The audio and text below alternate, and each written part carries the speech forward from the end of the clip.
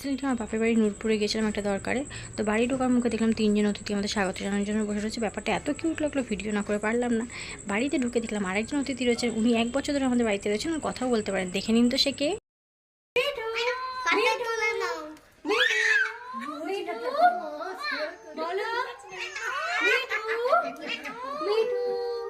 কেন এরা যাচ্ছে কেন?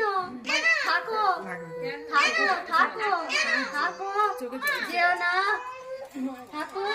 বলো কেন? কিচ্ছু না কিচ্ছু না কিচ্ছু না। মিঠু